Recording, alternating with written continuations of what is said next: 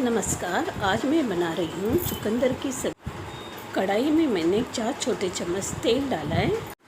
गरम तेल में मैं डाल रही हूँ आधा चम्मच राई, 1 लाल मिर्च कटी हुई और आधा चम्मच उड़द दाल। उड़द दाल हल्की लाल होने के बाद उसमें मैं एक कटा हुआ प्याज डाल रही हूँ।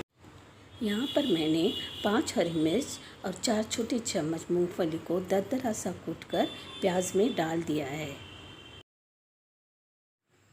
अच्छे से भुनने के बाद मैंने आधा चम्मच हल्दी और 1 चम्मच नमक यहाँ पर डाल दिया है।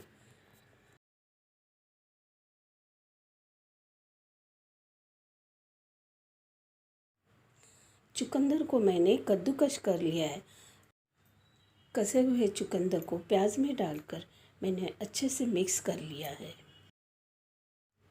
अब मैंने 4 छोटी चम्मच कसा हुआ नारियल डाल दिया।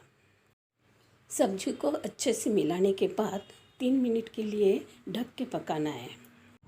3 मिनट बाद 1 चम्मच कसा हुआ नारियल हम डालते हैं और चुकंदर की सब्ज़ी तैयार है।